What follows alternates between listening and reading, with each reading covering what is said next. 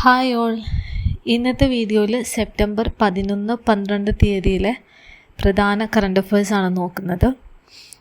20ാമത് ലോക athletics ചാമ്പ്യൻഷിപ്പിൻ്റെ വേദിയാകുന്നത് Tokyo, Japan. Marthoma സഭയുടെ ശാസ്ത്ര അവാർഡുകൾ പ്രഖ്യാപിച്ചു. 1 ലക്ഷം രൂപയുടെ മെറിറ്റ് അവാർഡ് നേടിയത് ISROയുടെ മുൻ ചെയർമാൻ ഡോക്ടർ സോമനാഥാണ്.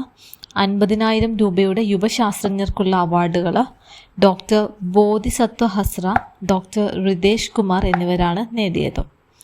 2025 സെപ്റ്റിമിയസ് പുരസ്കാരം നേടിയത് ടൊവിനോ തോമസ്. സെപ്റ്റിമിയസ് പുരസ്കാരം ലഭിച്ച ആദ്യ തെന്നിന്ത്യൻ നടനാണ് Tovino Thomas.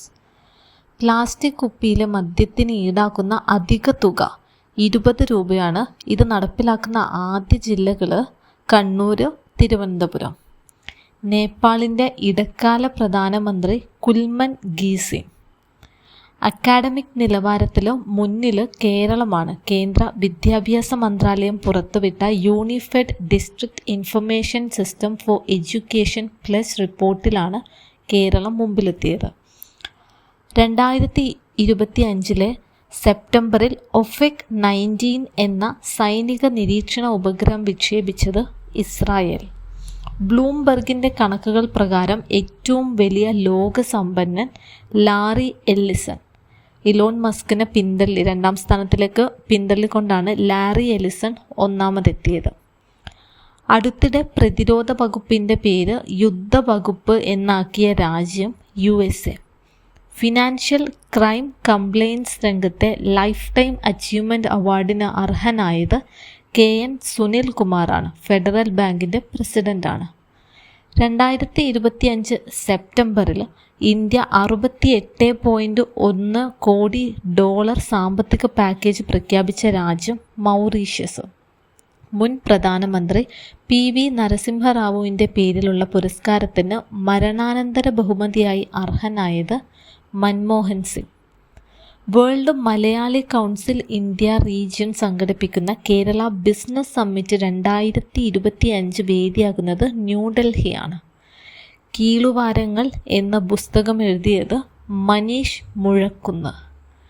15ാമത് federation cup softball ചാമ്പ്യൻഷിപ്പിന് വേദിയാകുന്നത് ഗാസിയാബാദാണ്.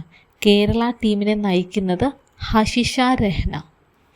സ്കൂൾ കുട്ടികൾക്ക് മിഠായി ഉൾപ്പെടെയുള്ള സാധനങ്ങൾ സ്കൂൾ വളപ്പിൽ തന്നെ മിതമായ നിരക്കിൽ ലഭ്യമാക്കാൻ കുടുംബശ്രീ ആരംഭിച്ച പദ്ധതിയാണ് മാ കെയർ സെൻറ്റർ.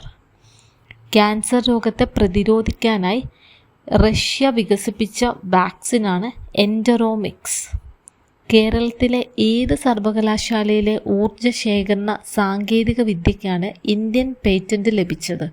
കൊച്ചി സർവകലാശാല കുസാറ്റിനാണ് പേറ്റന്റ് ലഭിച്ചത്. അടുത്തിടെ തദ്ദേശ തിരഞ്ഞെടുപ്പിൽ വോട്ടിംഗ് യന്ത്രങ്ങൾക്ക് പകരം ബാലറ്റ് പേപ്പർ ഉപയോഗിച്ച് തിരഞ്ഞെടുപ്പ് നടത്താൻ തീരുമാനിച്ച സംസ്ഥാനം കർണാടക. ടാക്സ് ഇന്ത്യ ഓൺലൈനിൻ്റെ national taxation award 2025 reformist state വിഭാഗത്തിൽ വെള്ളി നേടിയ സംസ്ഥാനം കേരളം.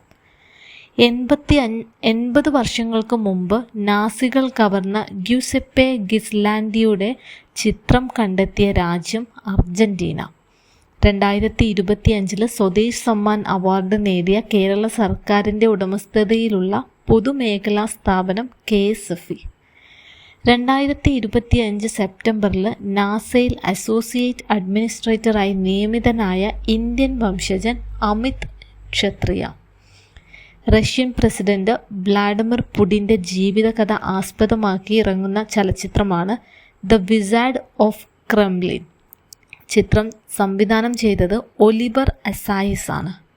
2025 ആറന്മുള ഉത്രട്ടാതി വള്ളംകളി പുരസ്കാരത്തിൽ A വിഭാഗത്തിൽ വിജയിച്ചത് മേലുകര പള്ളിയോട്ടവും B വിഭാഗത്തിൽ വിജയിച്ചത് കൊറ്റാത്തൂർ കൈതക്കോടി പള്ളിയോട്ടവുമാണ്. 2025 സെപ്റ്റംബറിൽ ഫോബ്സ് പുറത്തിറക്കിയ അമേരിക്കയിലെ ഏറ്റവും പ്രായം കുറഞ്ഞ 10 ശതകോടീശ്വരന്മാരുടെ പട്ടികയിൽ ഇടം നേടിയ ഇന്ത്യൻ വംശജൻ ബൈജു ഭട്ട്.